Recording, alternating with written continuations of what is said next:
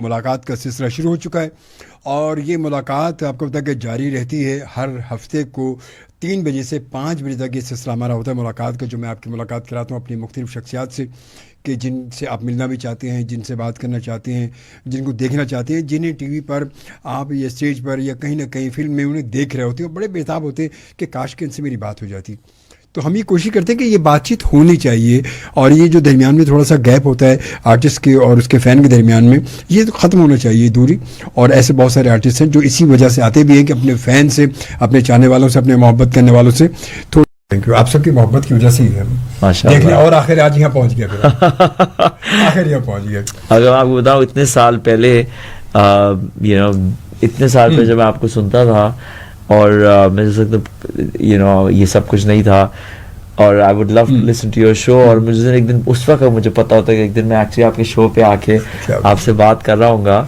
कितना हसीन जिंदगी है, कितना हसीन इत्तेफाक है कि अल्लाह कैसे वक्त दिखाता है। यही कहते हैं ना कि जिंदगी में कभी भी कुछ भी हो सकता है, कुछ भी हो सकता है, कब हो जाएगी पता नहीं, ये सिर्फ रब जानता है। इसीलिए कहते हैं कि कभी भी बोलना कि ये कभी भी नहीं होगा, क्योंकि फिर वो बोलता है मैं तुम्हें दिखाता हूँ, मैं तुम्हें दिखाता हूँ, क्योंकि बेशक रब की जात जो है ना वो सब कुछ कर सकती है, वो सब पर कादिर है, वही सब करती है, और वही तो बादशाह है, जब वो करने पर आए तो सब कुछ कर देती है बस इंशाल्लाह ताला।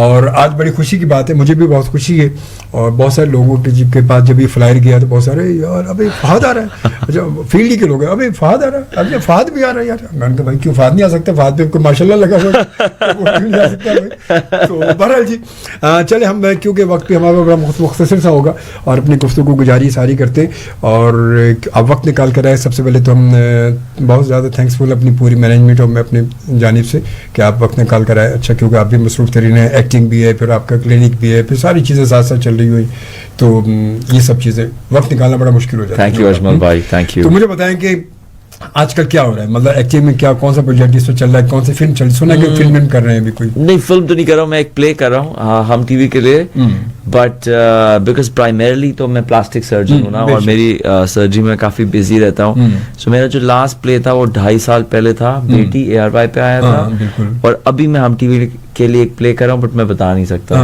सो उसका नाम नहीं ले सकता मैं अभी। तो वैसे भी वो पता नहीं एंड होने के बाद जब कंप्लीट होगा तो उसका नाम क्या होगा पता नहीं, चेंज हो जाता है, नाम भी चेंज हो जाता है। नहीं नाम तो इट्स अ वेरी अभी ऑलरेडी ऑन एयर है प्ले, और उसमें I'm doing a cameo in that play. अच्छा, good, and it's doing very well these days, mashallah.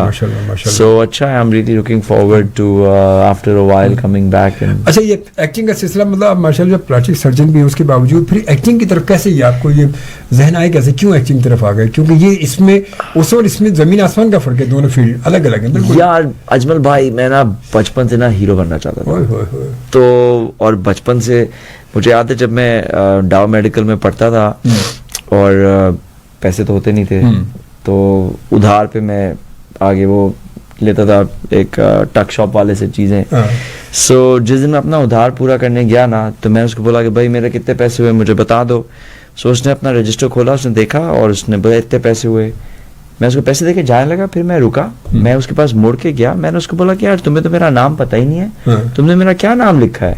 तो उसने लिखा हुआ था हीरो। अच्छा क्या बात है, वाह वाह, ये डाउ मेडिकल कॉलेज में। अच्छा सो सेकंड ईयर में जब मैं था मेडिकल कॉलेज के, फिर मैंने एक्टिंग शुरू करी बिकॉज हमेशा से चाहत थी एक्टिंग की, और मुझे जो भी दिल को कुछ चीज पसंद आई है ना, मैंने हमेशा उसको छोड़ा नहीं है, उसको हासिल करने की कोशिश की है। तो बस मेडिकल कॉलेज में एक्टिंग भी हो गई, चाहे वो शादी की बात भी हो, चाहे वो शादी की बात भी हो, चाहे वो शादी की बात भी हो। तो या जिंदगी में अल्लाह ने जो भी चीज दिल में डाल दी, अच्छी बात उसको फिर छोड़ा, तो अल्लाह ने उसको फिर कंप्लीट किया ना, वो आपकी चाहत को देखते हुए। यार अजमल भाई अब तो मैं जिंदगी के ऐसे मरहले पे पहुंच गया हूँ कि मुझे अब वाकई ये समझ आने लगी है कि करने वाला अल्लाह ही है। बेशक बेशक, आप सिर्फ एक विटनेस हो, करता वही है। बेशक बेशक, इतनी अजीम चीजें इंसान से हो जाती है, इंसान को तो सोच भी नहीं सकता ना, इंसान को तो पता ही नहीं होता है। हमें तो हमसे ऐसी चीजें हो जाती हैं, हम समझ कुछ रहे होते हैं, वो कुछ जाता है, सही है, बस हम उसका फल खाने के लिए मौजूद होते हैं। लेकिन अगर हम और इसीलिए मैं सोचता हूँ कि जो आदमी समझते हैं ना इसमें मैं बहुत होती है कि मैंने किया है या मैं ये कर रहा हूँ, मुझे लगता है बहुत ही बेवकूफ आदमी है। बिकॉज वो तो बहुत ही अंधा आदमी है, अगर वो समझ जाए कि सब मैं कर रहा हूँ और मैं हूँ, हालांकि उसके पीछे करवाने वाला कोई और है, करवाने वाला ही कोई और है, मतलब वो तो कर रहा है मगर करवाने वाला तो कोई और, करवाने वाला कोई और है ना। एंड तो बड़ा अल्लाह का बड़ा एहसान है कि ये वक्त ऐसा मुझे मिल गया कि मैं अब मुझे वाकई समझ आ रही है, और जितना आपको अल्लाह की समझ आती है उतना आपको अल्लाह से और कुर्बत हो जाने लगती है। तो पहला जो ड्रामा था वो कौन सा था, पहला जो आपने किया जब स्टार्ट हुआ, क्या तो कैरेक्टर छोटा था, बड़ा था, क्या था, किसने इंट्रोड्यूस कितनी, ये कदम किसने उड़ाया हीरो को सामने लाने वाला? जो मेरा पहला प्ले था वो मरीना खान के जो हस्बैंड है जलील अख्तर, उनकी प्रोडक्शन थी। उसमें मरीना खान थी, राहत काज़मी साहब थे और काफी और लोग थे। उसमें मेरा कैरेक्टर था और मैं राहत साहब का बेटा बना था। अच्छा। और वो उस it was one of the main characters, you know, वो TV3 कराची के नाम से था। अच्छा। उसके बाद मैंने हम टीवी में किया था बड़ी आपा, वो बहुत मशहूर हुआ था। वो नुमान जाज थे, सवेरा नदीम थी, तो उसमें बड़ा पिवटल, बड़ा सेंट्रल कैरेक्टर था। एंड देन उसके बाद फिर एक और ड्रामा शनाख्त, मुझे वो बड़ा दिल को लगा था। उसमें मेरी दाढ़ी थी और मैं वो बहुत ही एक वैसा मुस्लिम बना था, बहुत ही सब्र, जैसे हमारे नबी ने जो कहा है कि भाई सब्र करो, सबको अंडरस्टैंड करो, अपना व्यू पॉइंट सब पे मुसल्लत नहीं करो, यू नो, जैसे आइडियल मुस्लिम। तो उस पे वो कैरेक्टर बेस्ड था और उस कैरेक्टर का नाम था रूहान। अच्छा। मैं उससे इतना इंस्पायर हुआ कि मैंने अपने बेटे का नाम रूहान रख दिया। क्या बात है, क्या बात। और रूहान आजकल वैसे भी नाम बड़ा मशहूर हुआ है, क्योंकि वो इस वक्त जो है वो चल रहा है उस्मान जो है, उस्मान जो चल रहा है, उसका जो बेटा उसका नाम भी रूहान है। वो तारीख मतलब सल्तनत उस्मानिया में जो है रूहान तो पुराना नाम है ना, रूहान। अच्छा, मुझे नहीं मालूम। आप देखें अर्तुगरुल के जो बेटे का जो है उस्मान है, उस्मान ने अपने बेटे का नाम Ruhan wow, I had no idea. Wow, thank you for telling me भाई, मुझे नहीं मालूम था।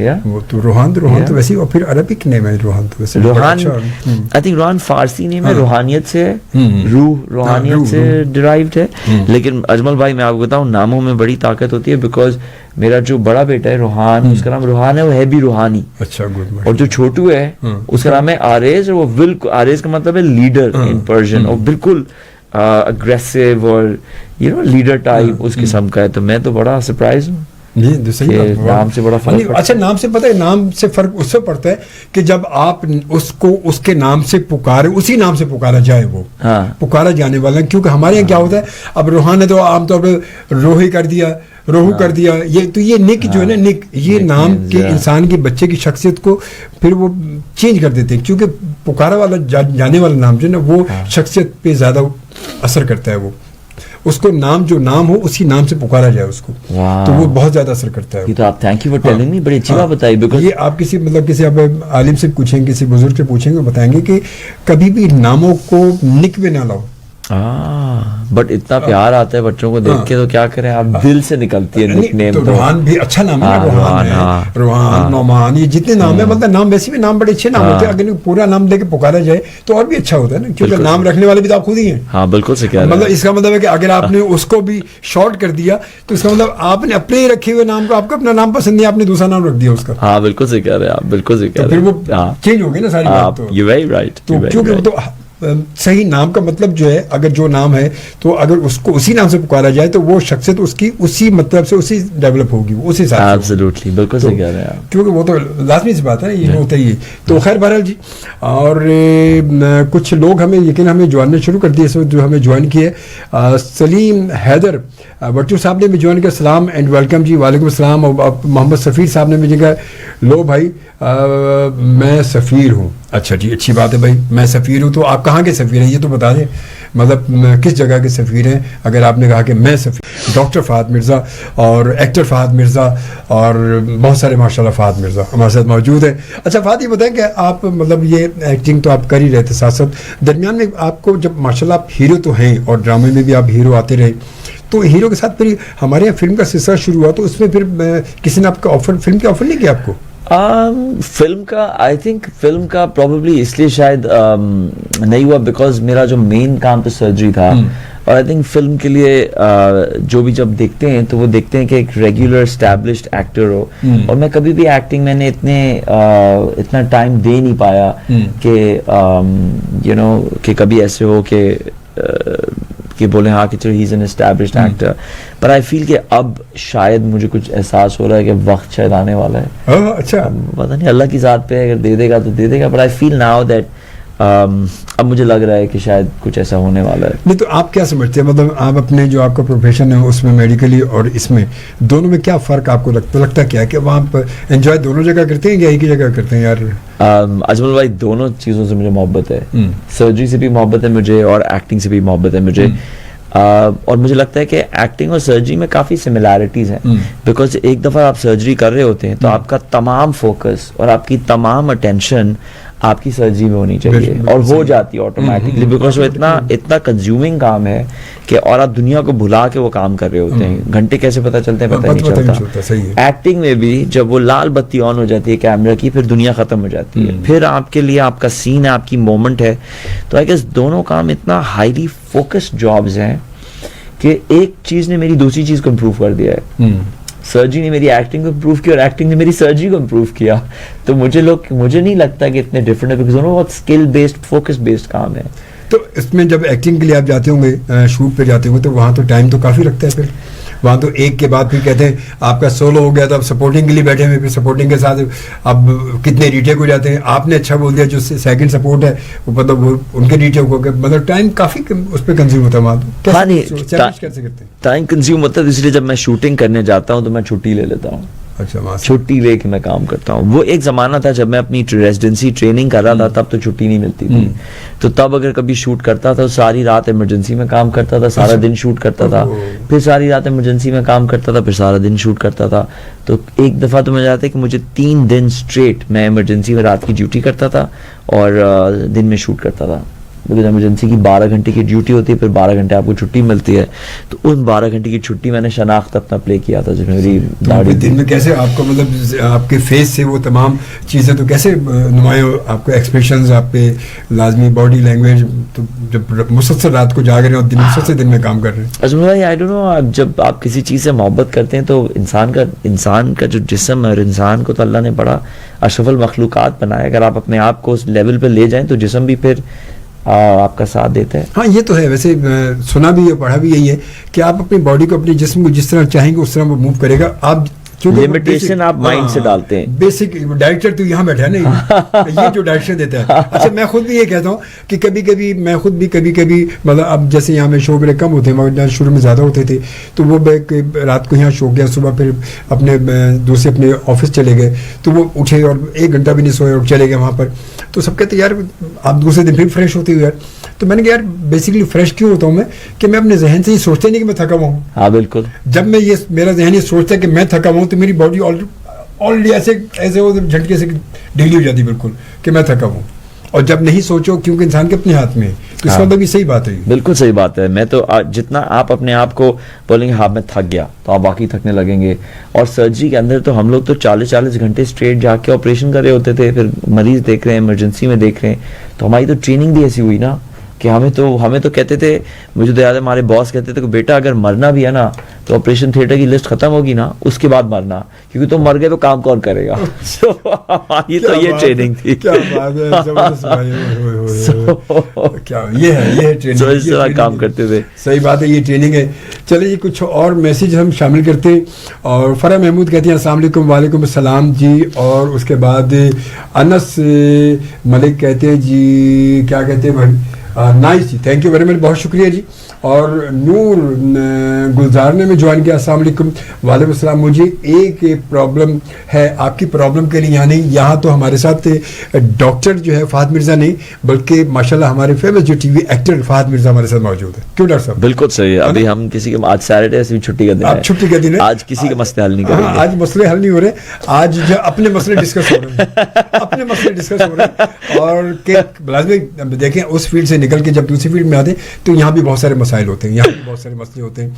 अच्छा, कभी शूटिंग के दौरान ऐसा हुआ कि आप काम कर रहे हो या कभी अचानक कॉल आ गई हो कोई इमरजेंसी की सूरत में, या कभी ऐसा हुआ कभी, और आपको क्या अब इधर भी जरूरी है उधर भी जरूरी है, अब क्या क्या उस वक्त आप?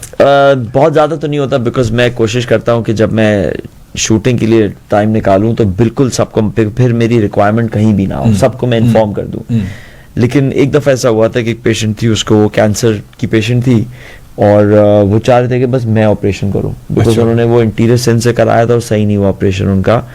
तो वो मेरा नाम सुन के आए थे और कहने लगे कि आप ही ऑपरेशन करेंगे। तो फिर हमारे हॉस्पिटल के एडमिनिस्ट्रेटर थे, उनकी जानने वाली भी थी, तो उन्होंने बोला कि यार देखें आप ये ऑपरेशन करें इनके लिए। तो फिर मैंने शूट वालों को समझाया, बताया, तो उन्होंने फिर वो मैनेज करके मुझे जाने दिया। तो मैंने पूरा ऑपरेशन किया, फिर मैं आ गया। तो फिर उसके बाद दूसरे दिन शूट किया उसको फिर आपने? हाँ, बाकी दूसरे काम रह गया। दिन शूट किया, बिल्कुल दूसरे दिन शूट किया।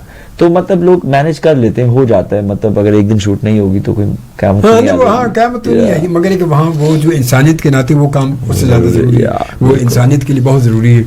अच्छा, शादी जो है वो शादी तक बात कैसे पहुंची, शादी कब की आपने माशाल्लाह से? मेरी शादी हुई थी 2014 अगस्त में, 14 अगस्त 2014, 14 अगस्त को मैंने शादी कर छुट्टी वाले दिन की थी आपने? वो छुट्टी, काम से छुट्टी नहीं मिल रही थी। 14 अगस्त को शादी कर ली। चल ऐसी छुट्टी मनाते हैं। मैं अपने बॉस से कहता था मुझे छुट्टी चाहिए, 14 अगस्त को कर लो, मैंने कर ली। मुझे छुट्टी दी उन्होंने बाद में, लेकिन वो पहले मुझे बड़ा मनाना पड़ा, एक दो तीन हफ्ता में उनके पीछे पड़ा रहना पड़ा। हमारे यहाँ काम में ना छुट्टी लेना ऐसे होता है जैसे उनकी बेटी से रिश्ता मांगना। सो फिर मुझे छुट्टी मिली तो हमने 14 अगस्त को शादी करी। एंड बस सर्वर तो मैं पहले भी साथ होते थे, फिर हम एक दूसरे से अलग हो कुछ गए। काम भी आपने साथ किया, आपने सर्वर हमने टेलीफिल्म साथ करी है। एक मेजर प्ले में मैं एक छोटा सा रोल उसके साथ मैंने किया था। उसकी लाइफ में बंदा आता और जाता है, और एक टेलीफिल्म उसके साथ करी है। बट कभी इत्तेफाक नहीं हुआ साथ काम करने का प्रॉपरली, लाइक किसी प्रॉपर। अभी अब घर में मतलब 2 एक्टर घर में मौजूद हैं, तो वहाँ फिर क्या एक्टिंग चलती है कभी कभी, या डायलॉग डिलीवरी भी कुछ ऐसी कहानी चलती है कि कभी मूड में होते हैं? मेरा ख्याल है लड़के जो होते हैं वो थोड़े से जरा सीधे होते हैं, बड़े स्ट्रेट फॉरवर्ड होते हैं, देखने में सीधे लगते हैं वैसे, देखने में सीधे लगते हैं। और इतने ज्यादा वो एक्टिंग कर, लड़कियां बड़ी तेज होती हैं, वो आंसू भी ले आती हैं, और एक्ट्रेस है तो फिर तो और ही। तो सरबत सुन रही है फिर इसमें प्रोग्राम? अच्छा, घर जाके मेरे ही आंसू आ रहे हैं। अच्छा, मेरे आंसू निकालने की बात हो रही है। अभी तुझे बताती हूँ मैं। सो या नहीं, आई डोंट थिंक इतना, जब हम काम घर आते हैं तो फिर हम इंसान ही होते हैं। फिर आप इंसान तो बाहर भी होते हैं। ये समझ में नहीं आई कि घर आते तो हम इंसान होते हैं, तो बाहर कौन होते हैं? नहीं, जब घर आते तो जो हमारी प्रोफेशन है उनको हम बाहर ही छोड़ के आते हैं, घर पे लेके नहीं आते। बट कभी कभी मुझे शक होता है कि सरवत जब मुझे इमोशनली ब्लैकमेल कर रही होती है, आंसू आ रहे होते हैं, मुझे कभी कभी लगता है कि यार ये शायद अभी एक्टिंग चल रही है। लेकिन मानना पड़ता है वो, अब अगर आंसू आ गए तो आपने, you have to give in, right? क्योंकि अगर आंसू आया और आपने गिव इन नहीं किया तो फिर तो आपको पता है, फिर तो मतलब सरवत एक एक्टर तो माशाल्लाह बहुत अच्छी एक्टर है, आपकी एक्टिंग में माशाल्लाह बहुत अच्छी है माशाल्लाह। तो अब वो एक एक्टर बाहर एक कैरेक्टर होता है, हाँ। घर में एक आपकी एक नेचर रियल लाइफ आपकी, हाँ। तो घर में वो बीवी कैसी है? बीवी तो बहुत अमेजिंग है माशाल्लाह, बीवी बहुत अमेजिंग है, माँ बहुत अमेजिंग है, घर को चलाने वाली बहुत अमेजिंग है। अल्लाह का बड़ा एहसान है कि वो मेरी ज़िंदगी में आई। अगर मैं आपको कहूँ कि मेरी तरक्की के अंदर मेरे माँ के बाद उसका भी बड़ा हाथ है। उसने बहुत ज़रूरी होता है कि आपकी जो लाइफ कंपेनियन है वो आपका साथ दे, आपको space they, you know, because वो हकीकत है। कहते हैं कि घर जो है ना, शादी के बाद आपका घर जो है ना, अगर बीवी आपकी अच्छी तो आपका घर जन्नत है। वो बिल्कुल सही कह रहे हैं आप। क्योंकि आप जब घर जाते तो बाहर की दुनिया भर की प्रॉब्लम होती है, वो सारी जब घर के चौखट से कदम रखते हैं सब बाहर। बिल्कुल सही कह रहे हैं। और वरना और घर में अगर वो सब चीज़ें हो गई तो फिर वो घर आपको होता है कि बंदा बाहर भी वैसे ही प्रॉब्लम में, घर भी प्रॉब्लम। तो कहते हैं अच्छी औरत का मिलना भी नसीब वालों की बात है, और वो जन्नत घर बन जाता है जिस घर में अच्छी औरत होती है। हाँ, बिल्कुल सही कह रहे हैं। आई थिंक अल्लाह का बड़ा एहसान है, देने वाला अल्लाह ही है। मगर बात ये कि अल्लाह देने वाला तो है, बात इंसान की अपनी नीयतों की बात भी होती है ना। अल्लाह ताला कहते हैं हमारी नीयतों को हमारे रब से ज्यादा कोई नहीं जानता ना। बिल्कुल, मतलब मैं जाहिरी क्या सोच रहा हूँ, क्या कह रहा हूँ, वो एक अलग है, मगर मेरे जहन में क्या है, मेरे दिल में क्या है, ये तो आप नहीं जान सकते ना, मैं जान सकता हूँ, मगर अल्लाह तो जानता है ना। वो क्यों, वो तो हमारी शारक से ज्यादा करीब हमारे। बिल्कुल सही कह रहे हैं। और वो जो मैं जानता है वो तो फिर वो दिखा भी देता है कि तू सोच क्या रहा था और कह क्या रहा था। बिल्कुल सही कह रहे हैं आप, वो बिल्कुल दिखा देता है वो। मगर हम इतने समझदार लोग हैं, हम उन बातों को, उन चीज़ों को कभी जो है ना वो सामने गौर नहीं करते। हम कहते हैं ना यार ये इस वजह से हो गया था, ये मेरी गलती थी, ये हुआ तो ये हो गया था, ये हुआ तो ये हो गया। ये नहीं सोचते कि यार ये फलाना हुआ तो उसकी वजह से भी हो सकता है, हाँ, या उसकी वजह से रिफ्लेक्शन भी तो हो सकता है। भाई मैं आपको बताऊं, सच्ची बात यह है कि अल्लाह ताला कुरान में भी यही कहता है कि तुम लोग तो सिर्फ अंग्रेजी का लफ्ज़ है कंजेक्चर का मतलब है तुम लोग तो सिर्फ अज्यूम करते हो या अपने ज़हन से सोचते हो। सच तो मेरे पास है। मतलब किसी भी सिचुएशन के अंदर क्या होता है आप उसको सच्चाई से देखते ही नहीं है, आप तो उसको अपने इमोशन से देखते हैं कि वो हमें ये लग रहा है कि ऐसे हुआ होगा, उसने कहा कुछ, आपने समझा कुछ, आपने फील कुछ किया, आपको लगा कुछ आप समझ रहे हैं। तो हम तो अपने इमीडिएट एनवायरनमेंट के अंदर जो हो रहा होता है उसको सच नहीं देख सकते। हमें तो इंसान को तो बिल्कुल नहीं। मैं वही कह रहा हूँ कि हम सोच कुछ रहे होते हैं, हो कुछ रहा होता है उसको। इसीलिए अब तो मैं अल्लाह को मैं तो छोड़ देता हूँ उस पर कि अल्लाह पे छोड़ दिया, भाई तुम जानो, तुम्हारा काम जाने। कभी कभी ऑपरेशन के दौरान कभी कभी कोई ऐसा मसला आया कि जहाँ पर आपने सब कुछ जो है वो बस कहा होगा कि या अल्लाह बस। अजमल भाई ये जो सफ़र है उसी से शुरू हुआ है, क्योंकि अब जब मैं ऑपरेशन करने जाता हूँ, अब जैसे मैं प्लास्टिक एंड रिकंस्ट्रक्टिव सर्जरी करता हूँ, जिन लोगों के चेहरे डैमेज हो जाते हैं, जिन लोगों की किसी के इंसान के चेहरे को दोबारा फिर मतलब वो ये तो अल्लाह का काम है ना, ये अल्लाह की बनाई हुई चीज है ना, अल्लाह की टेक्नोलॉजी, अल्लाह की मुसव्विरी है। उस पे अगर आप काम कहाँ आप और कहाँ सो जब आप इतनी बड़ी चीज पे हाथ डालते हैं और आपको पता है कि आपकी तो कोई औकात ही कोई नहीं है, कुछ नहीं, तो फिर आप क्या, और आपने काम करना है, लोग इतनी उम्मीदों से पूरे बाहर के मुल्क से शहरों से आए हुए हैं आपके पास, आपने करना भी है और आप पे प्रेशर भी है। तो फिर आप, इसीलिए मैं जब भी सर्जरी करने जाता हूँ मेरे अल्लाह से यही दुआ होती है कि भाई भेज तो दिया तुमने, करवा भी रहे हो, करना भी खुद ही, बिकॉज मुझे लिए तो लग रहा है कि मेरा काम तो नहीं है ये। एंड अल्लाह का शुक्र है कि फिर जब मैं देखता हूँ कि जो रिजल्ट्स आते हैं वो मेरी उम्मीद से ज़्यादा आते हैं। मतलब मैं जो काम करता हूँ माशाल्लाह, और जो मुझे लगता है कि इस लेवल का काम हो रहा है, जब रिजल्ट आता है तो किसी और ही लेवल का काम होता है। तो अब बार बार ये होते देखते हुए मुझे समझ आ गया कि भाई जो भी चीज़ काम कर रही है वो मेरे इस वक्त मेरे इल्म से ज़्यादा काम कर रही है, तो मैं उसको काम करने देता हूँ। मैं रिलैक्स करता हूँ, सर्जरी में जाता हूँ, खुश होकर काम करता हूँ, रिलैक्स करता हूँ, घबराता नहीं हूँ, बिकॉज मुझे पता है कि सभी ठीक हो जाता है और सभी ठीक हो रहा है, तो बस वो करते रहते हैं काम। कभी काम के दौरान कभी ऐसा भी हो खुदा ना खास्ता कि कहीं पॉजिटिव के बजाय कहीं थोड़ा बहुत कहीं नेगेटिव हुआ अचानक, और आप कभी, क्योंकि अजमल भाई जहन के अंदर नेगेटिव तो बहुत चलता है कि यार ये खराब कर दिया मैंने, वो खराब कर दिया मैंने, लेकिन रिजल्ट सारे सही आते हैं। अच्छा। मतलब फिर मुझे समझ आया कि मैं जो काम कर रहा हूँ वो बड़ा जबरदस्त काम हो रहा होता है, लेकिन हमारे जहन के अंदर एक आवाज जो है ना, हर वक्त आवाज वो लगा रही होती है, वो डिस्ट्रैक्ट, ये तुमने सही नहीं किया, वो तुमने नहीं किया, ये तुमने नहीं किया। फिर जब मैंने बाद में रियलाइज किया कि ये आवाज तो बिल्कुल झूठ बोल रही थी। अब हम सबके जहन में जो ख्याल आते हैं, ख्याल क्या होते हैं, यही होते हैं, वो तो इंसान की अपनी सोच है ना, वो ख्याल हर इंसान के जहन में ख्याल है, अब मसला हो जाएगा, अब खराबी हो जाएगी, आगे क्या होगा, ये क्या होगा, तो आप समझ रहे हैं। बट जब मैं रिजल्ट देखता हूँ तो इतना अमेजिंग रिजल्ट आता है माशाल्लाह, लोग इतने खुश होते हैं, सो अब मुलाकात अजमल शोबे के साथ आप इस वक्त देख भी रहे हैं और सुन भी रहे हैं, और हमारे साथ मौजूद है हमारे मौजूद मेहमान डॉक्टर फहद मिर्ज़ा हमारे साथ मौजूद हैं। और आरजे दानी मिर्ज़ा कहते हैं show is going very interesting, मज़ा आ रहा है आपकी बातें सुन के। चलिए बहुत शुक्रिया भाई। और आरजे अयाज खान कहते हैं very good show, love you, बहुत शुक्रिया, थैंक यू वेरी मच जी। और उसके बाद फिर जनाब कराची किंग, ज़बरदस्त शो है, लव यू जी, बहुत शुक्रिया, आप सबकी मोहब्बतों का बहुत शुक्रिया। और यकीनन कोशिश हमारी यही होती है कि प्रोग्राम को जितना अच्छा लेकर चल सके और जितने अच्छे मेहमानों से आपकी मुलाकात करा सके इंशाल्लाह ताला। अब ये कोशिश रहेगी हमारी कि आपकी मुलाकात जो अपने मेहमानों से हम करवाते रहेंगे। और हमारा ये जो शो है वो आप सुनने के साथ साथ देख भी सकते हैं। FM इंडिया पाकिस्तान के यूट्यूब चैनल पर आप जाएंगे तो आप यकीन इसको देख सकते हैं, अभी भी देख सकते हैं, या बाद में देखना चाहे तो बाद में भी देख सकते हैं, सुकून से भी देख सकते हैं, कोई टेंशन वाली बात नहीं है। तो अब बहुत सारे लोग इसलिए ज़्यादा रिलैक्स हो जाते हैं, कहते हैं यार आप प्रोग्राम जो ना वो अपने FM के यूट्यूब चैनल में जाके आराम से देख लेंगे, कोई मसला नहीं, अभी घबराहट की बात नहीं है, तो इसलिए ये भी मसला है।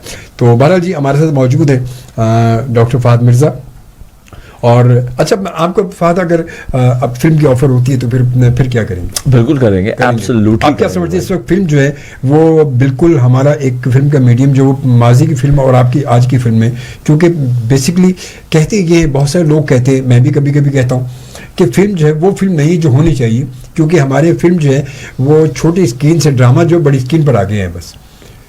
तो मतलब फिल्म वाला वो उसमें उसको देख के मूड नहीं बनता कि ये फिल्म होगी, फिल्म नहीं हमारी ये। एक्चुअली अजमल भाई आपने बड़ी सही बात पिकअप करी है। बेसिकली अगर आप इंडिया को देखें, अगर आप हॉलीवुड को देखें तो वहां पे एक बड़ी पुरानी फिल्म इंडस्ट्री है। हाँ, अगर आप हमें देखें तो हमारी बड़ी पुरानी ड्रामा इंडस्ट्री है। इंडिया जितने भी पैसे बना फेंक ले वो हमारे जैसे ड्रामे नहीं बना सकता। ठीक है, वेब सीरीज अलग है, उसमें वो डिफरेंट, बट अगर आप उनके जो क्लासिकल ड्रामे देखें हमारे जैसे ड्रामे नहीं बना सकते वो, बिकॉज उनकी वो ड्रामे में उन्होंने हमेशा फिल्म पे फोकस किया, ड्रामे में कभी फोकस नहीं किया। उसी तरह हम लोगों ने कभी फिल्म पे सच फोकस नहीं किया, specially in the past 10-20 years. तो हमारी फिल्म इंडस्ट्री जो है ना, वो जो डायरेक्टर्स हैं जिन्होंने फिल्में बनाई वो कमर्शियल बनाते थे, कमर्शियल कोई 30-40 सेकंड की होती है, यही होता है। हाँ, और फिर बाकी ड्रामे बनाते थे। अब कमर्शियल में टाइम नहीं है और ड्रामे में टाइम ही टाइम है। फिल्म में सब आपने फिल्म को कहा और डायरेक्टर ने कहानी सुनानी है और आपने अपनी कहानी 1.5 घंटे में 2 घंटे में सुनानी है, तो उसकी एक आर्ट होती है, एक तरीका होता है, पूरा एक सेटअप होता है, आप समझ रहे हैं। और एक डायरेक्टर अच्छा भी होगा तो उसके बाद तक उसकी टीम नहीं है तो वो नहीं हो सकता, अनलेस वो बहुत ही कोई ब्रिलियंट टाइप डायरेक्टर हो, जैसे आसिम अब्बासी है। वो बिल्कुल ही एक ब्रिलियंट टाइप आदमी है, जीनियस आई फील। तो सो आई फील इसलिए हमारा आपको ये फीलिंग आती है, बिकॉज इसेंशियली यही है, हम सब ड्रामे पे ग्रो अप हुए हैं और अब फिल्म का इतना एक्सपीरियंस नहीं था और फिल्म बना रहे हैं, बट होगा ऐसे ट्रांजिशन इसी तरह होती है। You start doing something. अभी तो काफी फिल्म बन चुकी है, मगर कुछ फिल्में ऐसी रही हैं कि जो जिनको हम फिल्म कह सकते हैं कि वाकई फिल्म है, फिल्म लग रही है। जैसे कि एक फिल्म थी वो उनके हुमायूं सैयद की फिल्म जवानी फिर न यानी पार्ट 1 पार्ट 2 मैं पंजाब नहीं जाऊंगी पंजाबी जाऊंगी, तो वाकई बड़ा जो है वो बड़ा मतलब उसको देख के वाकई उसका मीडियम, उसका जो एक था, उसकी जो कहानी, उसकी डायरेक्शन, एक्सपोजिंग, वो वाकई लग रहा है कि फिल्म थी। बट देखे ना हुमायूं को, अगर आप हुमायूं की बात करते हैं तो हुमायूं कोई ऑर्डिनरी आदमी नहीं है। हुमायूं जो है ना, उसका बड़ा एक, शायद आपको ना लगे ऐसे, पर उसकी बड़ी प्लानिंग में नजर आती है मुझे कि उसने शुरू देखें कब से उसने फिल्में बनाई, कब से फिल्में बना रहा था, वो फिल्में नहीं काम करी। सही, बिल्कुल आप समझे। तो उसने फिर अपना फॉर्मूला चेंज किया और फिर उसने ये फॉर्मूला, और ऑब्वियसली उसको नदीम बेग से भी उसकी टीम वर्क है ना, सब कुछ बिल्कुल, वो तो लाज़िम बात है। नदीम बेग आया तो बट आप देखें कि पहले उसने हुमायूं ने जब अपनी फिल्म बनाई जवानी फिर नहीं यानी, खुद मेन हीरो नहीं था, उसमें उसने एक एंसेंबल कास्ट ली, बिकॉज़ जब पहले मेन हीरो था तो मूवी नहीं चली। उसने पहले एंसेंबल कास्ट ली, मल्टी हीरोज लेके फिल्म बनाई, वो चली। उसके बाद उसने पंजाब नहीं आनी सोलो हीरो पे की, आप समझ रहे हैं। तो इट्स अ पूरा प्रोसेस।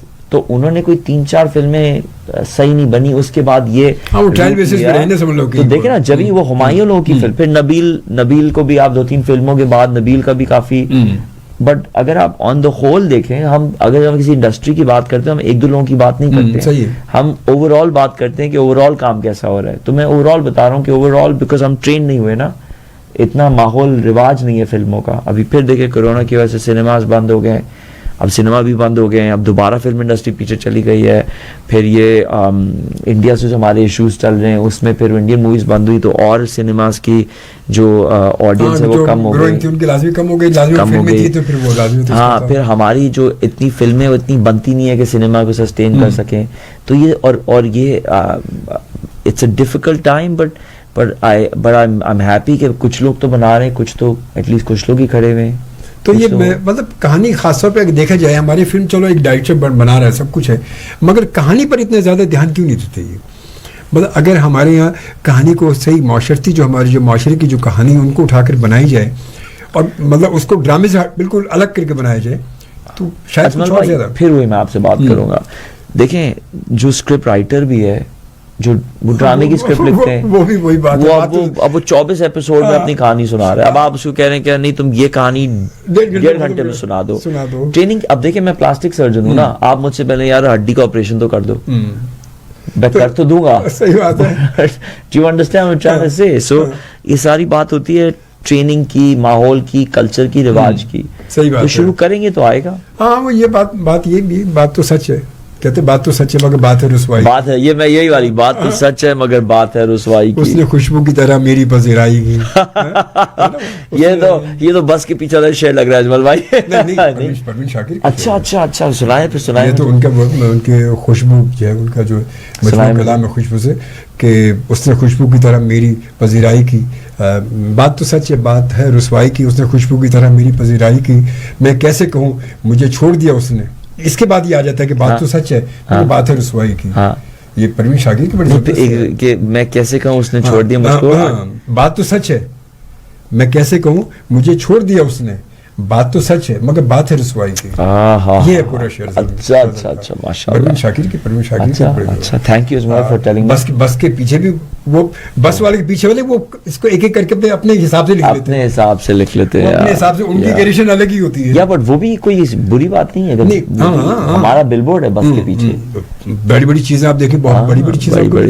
कभी कभी ऐसी ऐसी चीजें आपको पढ़ने को मिलती हैं जो आप सोचते रहते हैं यार ये रिक्शे के पीछे लिखा हुआ है। और ये बड़ा यूनिक कल्चरल एक्सपीरियंस है। हाँ वो अच्छा वो लोग भी अलग होते हैं। हाँ, अब जैसे देखें पहले क्या होता था, अब तो इंस्टाग्राम आ गया है तो हर 2 दिन पे आपको कोई इंस्पिरेशनल कोट नजर आती है। पहले तो बस के पीछे ही नजर आती थी, रिक्शे वाले ने अपनी कोट लिख दी है, बस वाले ने अपनी कोट लिख दी है, सब पीछे लिखी होती। हाँ पहले कहा, अब तो अल्लाह का करम है कि इतनी एक्सपोजर बढ़ गई, किसी आदमी ने बात कही 1 सेकंड में दुनिया भर में अच्छी बात जिसने भी कही, अच्छी बात कही वायरल हो जाती है, और अच्छी बात जिससे भी मैंने आपको मिल गई पहले बस के पीछे रिक्शे के पीछे मिलती थी।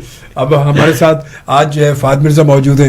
ये जब कल हमने लगाई इंस्टा पे और उधर लगाई फेसबुक पे लगाई तो ये वायरल हो गई। वरना पहले कहाँ होता था? पहले तो नहीं होता नहीं, पहले मतलब जब शुरू में FM 100 जब शुरू हुआ, जब स्टार्ट हुआ 95 में, जब ना ये था ना इंटरनेट था ना मोबाइल था, कुछ नहीं था ना, कुछ बिल्कुल सिर्फ उस वक्त तुम कैसेट्स प्ले करते थे, बिल्कुल से कह रहे हैं आप। और बस बैठ के सिर्फ हम लोग हमें सुन रहे होते थे, हम बोलते थे सुनते थे लोग। बिल्कुल से, आपने भी सुना शुरू में, तो उस वक्त सिलसिला ही था।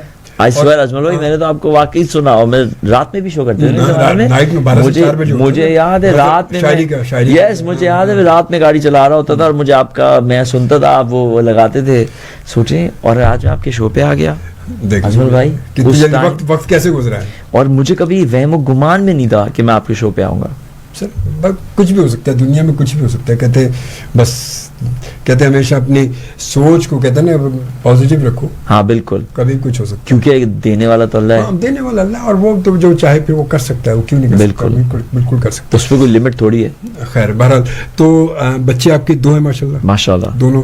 हाँ दोनों बॉयज हैं। रोहान कितना बड़ा माशाल्लाह? रोहान 6 साल का है और आरिस 4 साल का है। अच्छा, तो रोहान में थोड़ा सा है कोई क्या है उसका, माशाल्लाह से एक्टर माँ बाप की औलाद है। रोहान लगता तो बिल्कुल मेरी तरह है। अच्छा, एक्सेप्ट उसके हाँ बिल्कुल लगता तो मेरी तरह है, और काफी शौकीन है। अच्छा, हाँ काफी शौकीन है तस्वीरें के। हाँ अब्बा की तरह ऐसे शौकीन है, छोटा भी है। छोटा ज्यादा शौकीन है। अच्छा, बट रोहान भी बड़ा अमेजिंग है माशाल्लाह, कॉन्फिडेंट है, तस्वीरें खिंचाता है। सरबत की आर्ट क्लासेस भी होती थी इंस्टाग्राम पे, वो काफी कोविड में लोगों की जब माओ के लिए कि वो अपने बच्चों के साथ एक्टिविटीज करें, आर्ट क्लासेस करती थी, तो दुनिया भर में वो देखा गया, तो उसमें बच्चों के साथ करती थी, तो उनको ऑलरेडी कॉन्फिडेंस आ गया कैमरा के साथ का। माशाल्लाह बड़े कॉन्फिडेंट बच्चे हैं, एंड अल्हम्दुलिल्लाह जहाँ भी जाते हैं समझते हैं उनका अपना है, जहाँ भी जाते हैं समझते हैं उनका घर है, बाप का घर है मेरे, बाप का घर है। बिल्कुल हाँ माशाल्लाह, क्यों नहीं, सही बात। अच्छी कॉन्फिडेंस की बात है, जरूरी है जहाँ भी जाते हैं। अच्छा, सरवत जो है अब शादी के बाद से सरवत ने फिर काम छोड़ दिया या फिर है वो भी? मतलब Sarwat is very much working, but Sarwat का ये कि मेरी हमेशा से कोशिश ये थी सरवत के लिए कि मैं हमेशा ये चाहता था कि सरवत काम करे तो कभी जरूरत के तहत काम ना करे, शौक के तहत। बिल्कुल सही। तो मैं चाहता था कि मैं एटलीस्ट घर की जिम्मेदारियां फाइनेंशियली जो भी हो, ताकि जब वो काम करे ना तो उसको कि मुझे बिल्स पे करने के लिए काम नहीं करना है। सही बात है कि भाई देखिए ना, एक्टिंग एक लव का भी मामला है ना, तो ऐसा कि जिस पे तुम्हारा दिल आए ना, जिस प्रोजेक्ट पे तुम वो प्रोजेक्ट करो। साल में एक प्रोजेक्ट, अभी काफी बिजी हो गई है बिकॉज वेब सीरीज काफी बढ़ने लगी हैं, और अब उसके टाइप की चीजें, बिकॉज वो काफी आर्टिस्टिक काम में बिलीव करती है, तो अब उसके टाइप का काम बहुत मिलने लगा है, तो उसका अब काम बढ़ गया है। लेकिन पहले वो साल में एक प्रोजेक्ट करती थी, फिर उसने चुड़ैल्स किया, वो तो दुनिया भर में धूम मचा दी चुड़ैल्स ने। हाँ, आसिम अब्बासी ने उसका किया था। सो माशाल्लाह उसके बाद और तो ये तो अब अगर मैं कहूँ आपसे, अभी मैं पक्का करवा लूँ कि नेक्स्ट सैटरडे को सरवत हमारे साथ होंगी? वो सरवत से आपको पक्का करना पड़ेगा, मेरे लिए मुश्किल है, बिकॉज सरवत उसके अपने स्केड्यूल होता है। भाई जब मजाजी खुदा यहाँ ऑर्डर करके जाएगा। नहीं, मैं कभी अपने आप को किसी पे मुसलत नहीं करता। I don't force anyone. सही बात। वो उसकी उनकी मर्जी अपनी है, मसरूफियात, वो जो उनकी एक्टिविटी होगी वो आपकी नॉलेज में ना हो, आपको पता ही ना हो। सही बात है कि इसमें कोई शक नहीं है। मैं कभी भी उसके काम में इंटरफेयर नहीं करता हूँ, कभी भी नहीं बोलता हूँ कि ये कर लो, ये कर, जो तुम्हें लगता है तुम्हारे काम के लिए सही है, तुम्हारे लिए सही अच्छी है, बात, अच्छी बात है। मतलब वो अंडरस्टैंडिंग में ये ज्यादा अच्छी चीज है, वरना वो बात है कि वो कहेंगे नहीं फाद आपने ये करना है, बस ये नहीं करना, और आपने ये करना, ये नहीं करना, तो दोनों चीजें फिर वहाँ जरा सा मसाइल पैदा हो जाते हैं फिर आपस में एक दूसरे के।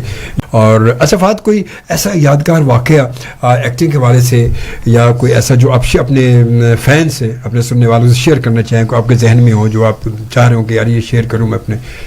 हाँ, एक जब मैं ट्रेनिंग कर रहा था लियाकत नेशनल में अपनी प्लास्टिक सर्जरी की, तो ना मुझे बोला कि इस पेशेंट को जाके देख लें, इनको बहुत दर्द हो रहा है। हाँ। और ये कब से कंप्लेन कर रही हैं, रात से, यंग फीमेल है, रात से कंप्लेन कर रही है, इनको बहुत पेन हो रहा है और बहुत तकलीफ हो रही है, और उनको दवाई दे दी, सब दे दिया, नहीं हो रहा, और किसी डॉक्टर से हैंडल नहीं हो रही है, आप जाके हैंडल करें, शदीद दर्द के अंदर है। तो ऐसे चले मैं जाके देखता हूँ। जमाने में मैं एक्टिंग तो कर चुका था, बढ़िया आप आ चुका था, मतलब लोग शनाख्त हो गए थे, पहचान जानने लगे थे आपको। एज एन एक्टर मुझे जानते थे। सो मैं गया फ्लोर पे थिंकिंग कि वो बहुत तकलीफ में होगी, और बहुत चिड़चिड़ी हो रही होगी, और बहुत डिफिकल्ट पेशेंट होगी, और बड़ा मुझे समझाना पड़ेगा। तो और बड़ी सर्जरी हुई थी उसकी, तो पेशेंट में वो किया। फिर वो जब मैंने पर्दा खोला रूम का, तो जैसे पर्दा खोला तो यंग सी लड़की खड़ी हुई थी, और उससे पहले वहां से आवाजें आ रही है दर्द की। जैसे मैंने पर्दा खोला, उसने मुझे देखा, उसमें मुझे नजर पड़ी, शी लाइक, ओ फहद मिर्जा, और छलांग मार के खड़ी हो गई। सारा दर्द भूल गई, मुझे आज भी याद है, छलांग मार के खड़ी हो गई। से पहले मुझे आवाजें आ रही है, वो रात से वो कंप्लेन कर रही है, हर डॉक्टर से इशू हो रहे हैं। अच्छा, मैंने पर्दा खोला है, उसे एक नजर मुझे देखी और छलांग मारी उससे बिस्तर से। फहद मिर्जा, क्या बात है, ये होता है। अब अच्छा, ये होता है क्रेज, होता है, ये तो क्रेज है ना, ये तो के लोगों का कि जो आपसे कितनी मोहब्बत करते हैं एकदम। इसके अलावा कोई कभी मार्केट में कभी गए हो, कभी बाजार में गुजरे हो, तो वहां पर लोग नहीं, वो तो बहुत ही होता है अजमल भाई। अल्लाह ने इतना प्यार, इतनी इज्जत दी है। एयरपोर्ट पे जाते हैं तो हर कोई पहचानता है, तो एक्स्ट्रा ख्याल रखता है। रेस्टोरेंट में जाते हैं, तस्वीरें खींचती है। जहां भी जाते हैं अल्लाह का करम है कि आपको बताना नहीं पड़ता आप कौन है, और ऑटोमेटिकली लोग आपको इज्जत और प्यार देते हैं। ये कितना बड़ा एहसान है। मतलब मैं तो वही हूँ जो उधार से ट्रक शॉप से चीजें खाता था। सही बात, मैं तो वही हूँ। अब आप जहाँ जाते हैं, बड़े से बड़े रेस्टोरेंट में जाते हैं, जहाँ भी जाते हैं, वो ऑटोमेटिकली लोग आपको पहचानते हैं, आपकी आवाज सुन के पहचान जाते हैं आपको। तो कभी दिल चाहता है कि एटीट्यूड दिखाएं उनको जरा जाके कभी? यार क्योंकि अक्सर हमारे कुछ आर्टिस्ट ऐसे हैं जो बेचारे इसमें जरा हैं कुछ। मतलब अजमल भाई, मैं तो वही आदमी हूँ जो आज, हाँ, आप एक बात, तो अब मैं कहाँ से, मुझे तो समझ ही नहीं आता एटीट्यूड किस चीज का। एक मुझे हमेशा से ये यकीन रहा है कि ये जो गिफ्ट्स हैं ये दिए गए उधार पे, और जैसे दिए गए ऐसे ले लिए जाएंगे। कब ले लीजिए पता ही नहीं। तो अब मैं किस चीज का अगर मुझे पता होता कि वाकई मेरे अपने, तो मैं एटीट्यूड दिखाता, आपके शो पे भी नहीं आता। भाई कौन है फोन करते हुए, क्या है, किसी को मरीजों से सीधे मुंह बात भी नहीं करता। लेकिन जब मेरा कुछ है ही नहीं, तो मैं कौन सा एटीट्यूड दिखाऊं भाई, मुझे तो नहीं समझ आता। तो फैमिली में कभी आपके एक्टिंग के वाले से कभी रहा कोई, जब आप एक्टिंग की तरफ आए तो घर वालों ने, वालिद वालदा या सब की तरफ से? माय फादर, मेरे अब्बू एक ऑर्थोपीडिक सर्जन है, और शहर के बड़े तरीन ऑर्थोपीडिक सर्जन में से एक हैं। एंड जब मैंने एक्टिंग का बोला तो उन्होंने तो सवाल ही पैदा नहीं होता, इतनी रेजिस्टेंस। जब भी तो मैंने, मतलब ऑब्वियसली अल्लाह ने मुझे ये करवाना था, लेकिन मेरा मेडिसिन का मूड नहीं था। मैं तो एक्टर बनना चाहता था, बट जैसे तो सवाल ही पैदा नहीं होता, मेडिसिन करोगे तो ऐसा ये तो करनी पड़ेगी एक्टिंग, इसीलिए। और अम्मी अब्बू कभी इजाजत नहीं देते थे। जब मैंने अपना पहला थिएटर प्ले किया, सो बिकॉज उस जमाने में था कि वो ये तुम क्या कर रहे हो और ये सही काम नहीं है। जब मैंने अपना पहला थिएटर प्ले किया, मैं मेन लीड था, तो मुझे याद है कि मैंने अपने अब्बू को बुलाया, मैंने अपने पैसे से टिकट खरीद के उनको बुलाया अपने थिएटर प्ले पे। और मुझे याद है कि जब मैं मेन लीड था, मेरी परफॉर्मेंस खत्म हुई, मैं नीचे छलांग मारी और मैं गया अब्बू को बोलने का, अब्बू कैसा था, गले मिलने के लिए। मुझे देखा और उठ के चले गए। उसे में हाँ, मतलब वो केवल इग्नोर करके चले गए। सो कभी वो सपोर्ट नहीं थी अम्मी भी कि क्या कर रहे हो, क्या कर रहे हो, क्यों वेस्ट टाइम कर रहे हो। कंप्लीट डिस्करेजमेंट, कभी भी इंकरेजमेंट नहीं मिली। फिर मैं शूटिंग के लिए बस पे जाता था, वो किया बिकॉज यू नो कि नहीं करो, क्या कर रहे हो, टाइम जाया कर रहे हो, सर्जरी करो, पढ़ाई करनी है, तुमने ये करना है, इससे क्या हासिल, you know like constant discouragement was always there. लेकिन मैंने छोड़ा, मैं आपको बता रहा हूँ अजमल भाई, नजरों में एक दफा कोई चीज आ जाती है ना अजमल भाई, फिर नहीं छोड़ता मैं, फिर चाहे कुछ हो जाए, फिर तो बस एक दफा नजरों में साइड टारगेट आ गया ना, बस फिर आ गया। तो अच्छी बात है ये भी। और कोई बात उसके बाद थोड़ा सा ये कि अच्छा, जब आप माशाल्लाह आपने कुछ प्ले कर लिए, जब थोड़ी पहचान भी बन गई और आप उधर से भी आप अपने मतलब अपने मेडिकली भी आपका नाम बन गया काम, तो फिर फादर घर वालों की तरफ से क्या? अब तो मैं आपको बताऊं, अब तो वो इतने फख्र से बताते हैं कि ये फहद का, अच्छा ये मतलब अब उनसे मैं आपको बताता हूँ कि जब मैं, अब्बू मुझे कहते थे कि तुम जो हो ना, तुम नहीं कर सकते, तुम सर्जन नहीं बन सकते। अच्छा, उन्होंने कहा कि हाँ ये एक्टिंग का शौकीन है, इसको ये नहीं सर्जन बन सकता। वो सर्जन खुद इतने बड़े सर्जन है FRCS इंग्लैंड। उन्होंने बोला कि इसमें तो वो चीज़ ही नहीं है जो मुझ में ये नहीं कर सकता। तो जब मैंने अपना MBBS पास किया तो उन्होंने मुझे बोला कि सुनो, तुम सर्जरी तुम्हारे बस की बात। अभी दुनिया भर से लोग मेरे पास आते हैं ऑपरेशन कराने, अमेरिका, यूरोप। सो मुझे कहने लगे कि देखो बात सुनो, सर्जन बनना तुम्हारे बस की बात नहीं है, मैं डाउ से पास कर लिया है, तुम बहुत लकी हो कि मेरा जो कज़न है उसकी इंश्योरेंस कंपनी है। अच्छा, तो मैं तुम्हें वहाँ उससे बात कर लूँगा, तुम्हें नौकरी मिल जाएगी, तो मेडिकल इंश्योरेंस का काम करो, अच्छे पैसे कमा लोगे और अच्छा हो जाएगा। तो मैं बोला अब्बा कह रहे हैं, सही कह रहे होंगे, अब्बा ज़्यादा कौन जानता है मुझे। ऐसे ठीक है, मैं चला जाता हूँ। मैं चला गया, फिर वो मेरे वो अंकल थे, उनसे बात हुई है हुआ, तो मैं जब सारा बोला हाँ ठीक है तुम शुरू कर दो, फिर मैं उनसे एक सवाल करा। मैं बोला मुझे बताएं आदिल अंकल कि जब मैं इंश्योरेंस बेचने जाऊंगा तो डॉक्टर्स को जाऊंगा? कहने लगे हाँ। एंड ऐसे जब इंश्योरेंस बेचने जाऊंगा तो उनके क्लिनिक के बाहर मुझे वेटिंग रूम में उनसे बात करने का वेट करना पड़ेगा? क्योंकि मैं देखा था जब मेरी ट्रेनिंग में हम डॉक्टरों के साथ हम जो अटैच्ड होते थे, तो किस तरह वो लाइन में बैठे हुए सबसे एंड उनको देखते थे। तो मैं बोला क्या मुझे ऐसे बाहर बैठना पड़ेगा? वो देखते हैं और कहते हैं हाँ ऐसे राधन अंकल ये ले file, I can't do this, मैं नहीं कर सकता। and I left and then I never looked back. So बस आप चाहे आपके माँ बाप भी कुछ बोले, आप अपने दिल की सुने, आप अपने आप पे भरोसा करें। आप क्या कर सकते हैं? बिकॉज हर किसी को अल्लाह ने बनाया है और हर किसी को उसकी स्पेशल ताकत अल्लाह ने दी है। बेशक मुझे आपकी ताकत नहीं पता है, और अगर मैं आप बता रहा हूँ कि अजमल भाई आप ये करें ये ना करें, तो आप अगर मेरी सुनेंगे तो अपना नुकसान करेंगे। बिकॉज मुझे पता ही नहीं है आप जहाज हैं, आप घोड़ा है, सिर्फ आपको पता है। अगर मैं आपको बोलूँ आप हैं घोड़ा, मैं कह रहा हूँ अजमल भाई आप उड़ना शुरू कर दें, आप बहुत जबरदस्त उड़ेंगे। अरे भाई आप जानते हैं आप कौन है, आप जानते हैं आपकी स्ट्रेंथ क्या है, यू नो। सो अगर मैं किसी को मैसेज भी ये देना चाहूंगा तो मैं यही देना चाहूंगा कि ऑब्वियसली दूसरों की एडवाइस को जरूर सुने, जरूर उसके बारे में सोचें जरूर, लेकिन अपनी दिल की आवाज को खामोश ना करें, अपनी दिल की आवाज को सुने जरूर। और अगर दिल की आवाज को गलत चीज कह रही है तो आप sure, but you know, but दिल की आवाज को सुने जरूर। मैंने सुना है कि आप गुनगुनाते बड़ा अच्छा है। नहीं, मैं गुनगुनाता बहुत बुरा हूं, ऐसे सुना है मैंने। आप बोलेंगे तो आपके लिए मैं गाना गा लूंगा, लेकिन आपके जितने भी व्यूअर्स हैं वो भाग जाएंगे। आपकी मर्जी है तो ठीक है, भागेंगे नहीं, कान पे लगा के बैठेंगे। थोड़ा सा। सो ये एक ही गाना मुझे आता है, वो जो मैं गा सकता हूँ, ये अमिताभ का है, कभी कभी। अच्छा, गा सकते हैं टीवी पे, ऑन एयर गा सकते हैं। मेरे दिल में ख्याल आता है ना, गजल नज़्म में हो तो पोएट्री जी। कभी कभी मेरे दिल में ख्याल आता है कि जैसे तुझको बनाया गया है मेरे लिए। तू अब से पहले सितारों में बस रही थी कहीं, तुझे ज़मीं पर उतारा गया है मेरे लिए। क्या बात है, really? कभी कभी मेरे दिल में ख्याल आता है